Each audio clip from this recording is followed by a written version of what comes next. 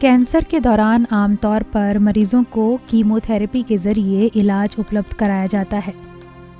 इस थेरेपी के प्रभाव से इलाज करा रहे मरीज के सिर के बाल झड़ जाते हैं। ऐसे में जानलेवा बीमारी से जूझ रहे मरीजों को दोहरे दर्द से गुजरना पड़ता है। खास तौर से महिलाएं और बच्चे खूबसूरत बाल खोने का दर्द काफी गहराई से महसूस करते हैं। जयपुर में एक ऐसी सामाजिक संस्था है जो कैंसर के इलाज के दौरान बाल खोने वाले बच्चों के लिए कुछ राहत का काम कर रही है। ये संस्था बाल डोनेट करवा रही है। इन बालों से विग तैयार करवा कर बच्चों को लगाए जा रहे हैं। इसमें हम लोग बच्चों से हेयर डोनेशन लेते हैं, जिसमें हम लोग 8 इंच के ऊपर बाल जितने भी देना चाहें वो लेंगे, जिससे वो विविंग में आ जाए। विविंग में हम 8 इंच मिनिमम इसलिए बोलते हैं क्योंकि 4 इंचेस तो विग की विविंग में जाते हैं। कैंसर के बच्चे, जिनकी बच्चे हों या लेडीज़ हों, उनके लिए, वुमेन्स और गर्ल्स के लिए सबसे इम्पॉर्टेंट उनके बाल जो होते हैं, सबसे पहले खूबसूरती का एक फर्स्ट सिंबल होता है। तो एक तो अटैक होता है कि उनकी थेरेपीज़ हो रही हैं, वो बीमार हैं, और दूसरा अटैक वो सडनली 2 से 3 थेरेपीज़ में उनके बाल पूरे ही हेयर फॉल हो जाता है। तो वो एक अलग लेवल का डिप्रेशन होता है। तो शायद वो हर कोई नहीं देख पाता है, वो खुद ही महसूस करते हैं कि साथ खेलने वाले बच्चे, जैसे 1-2 बच्चियों से मैं मिली, वो साथ खेलने वाले बच्चे और या उनके भाई बहन उनको छेड़ रहे हैं, तो उनको इतनी समझ नहीं होती है कि ये कैंसर की वजह से चले गए हैं। तो एक पेन होता है। तो हम लोगों का था कि हेयर डोनेशन ले करके हम उनसे ही विग बनाएं और उन बच्चों को फ्री ऑफ कॉस्ट गिफ्ट करें। बट ये सिर्फ BPL रिलेटेड जो गरीब बच्चे हैं उन्हीं के लिए है। हिमांशी की बेटी कश्विनी भी अपनी मां के साथ इस मुहिम में जुड़ी हैं। कश्विनी ने भी अपने बाल डोनेट किए हैं। मैं चाहती हूँ कि और लोग भी करें, ताकि उन बच्चों को भी अपना ब्यूटी मिले, ताकि वो भी खेल सकें और बच्चों के साथ उनको शर्म ना आए। करना अच्छी बात है, अपने तो फिर से उग जाएंगे, उनके थोड़े ना उगेंगे। कि जैसे हम कीमो रोकते हैं वैसे ही बाल वापस आना शुरू हो जाता है।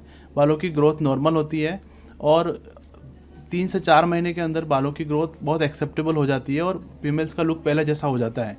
अब बात ये कि बाल का वो जो पीरियड है जो 4 से 6 महीने तक का होता है, उसको हम कैसे बेयर करें। तो उसके लिए ऑप्शंस हैं कि आप हेयर विग बना सकते हैं।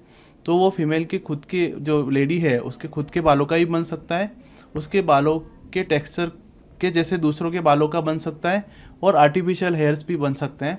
और विग के बाद बिल्कुल नॉर्मल अपीयरेंस आ जाती है। और कभी कभी तो पेशेंट हमें आके बोलते हैं कि हमारी अपीयरेंस तो पहले से बेटर हो गई है।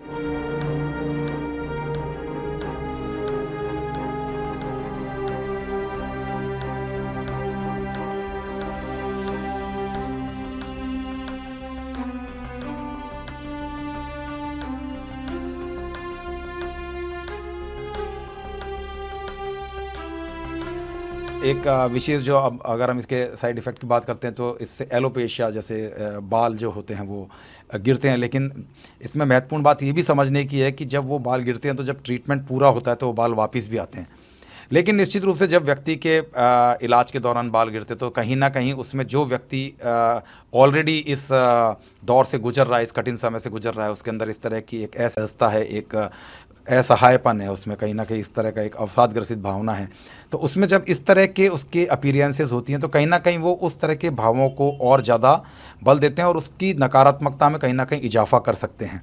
तो ऐसे में बहुत महत्वपूर्ण है कि हम उसको साइकोलॉजिकली सपोर्ट करें, हम उसको इस बात के लिए एक उसमें सकारात्मक ऊर्जा पैदा करने की कोशिश करें कि इससे ना केवल तुम्हारा इलाज होगा बल्कि इलाज के बाद बाल भी वापस आ जाते हैं।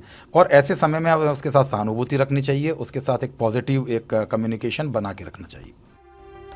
कैंसर की बीमारी का इलाज संभव है, हालांकि ये इलाज मरीज को कई स्तर की तकलीफ देता है। लेकिन कुछ लोग हैं जो इन तकलीफों को समझ रहे हैं और उसे कम करने के लिए कारगर कोशिशें भी कर रहे हैं। Bureau report, ETV Bharat. 2400 घंटे लगातार खबरें देखने के लिए डाउनलोड करें ETV भारत ऐप।